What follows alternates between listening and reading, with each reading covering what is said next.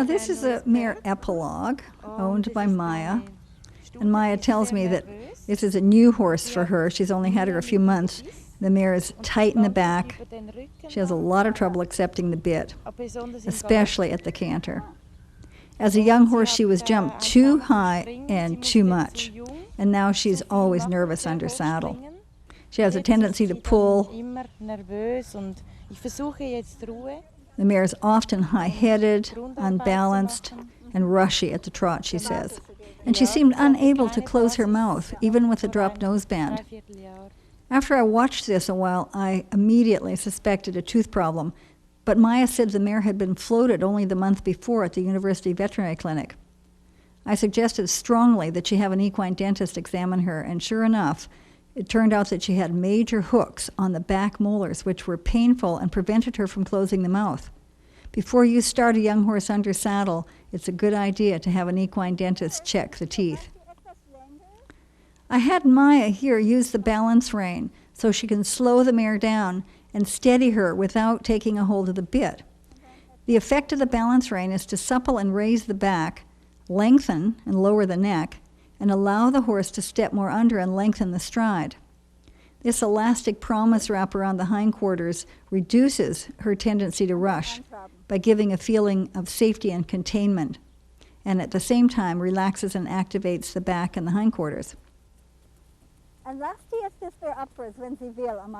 Now compare the way she's going now with this picture in the upper corner that we'll see of the way she was just a little earlier.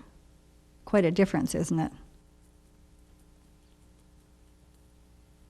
Okay, jetzt wieder. I asked Maya now to collect the mare and slow her down a little at the walk before asking for the canter. And it's most effective to have slightly more contact on the balance rein, 55% on the balance rein and 45% contact on the bridle rein. Good. Good. Good. Now you can see her canter is a little softer, and Maya's hands are quieter. That's absolutely necessary for the mare, and the balance rein helps to keep the hands quieter. She's giving her little ask and release signals on the balance rein, and she can have a lot less contact on the reins. That's a girl. Now, Epilogue is a good candidate for the team training bit. She has to learn to give her head to a light signal on the reins from the ground before I mount. And I soften her neck a little bit here and get her to bring the head down. Here, we're coming out of the labyrinth in the half walk. And Epilogue is learning to listen to light aids from my hands, seat, and legs on a loose rein.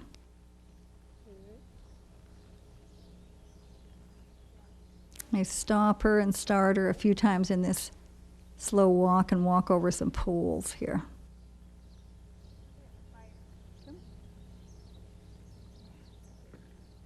And she's learning to drop her head when I touch her on the neck and walk forward on a loose rein. Now this is only Epilogue's second session, and you can see she's much more relaxed at the trot. And notice how I can influence her carriage with just a light touch on the neck ring. This combination of training bit, neck ring, and promise wrap have made big changes in this mare in just 2 sessions. And I want her to be able to go on this lighter collected frame, but also on a long rein when I ask her to, without rushing as she was doing in the past. You can see she's much more relaxed and understands what I ask of her. To get the most out of this video, I suggest you watch it several times without the sound. You'll learn in a different way.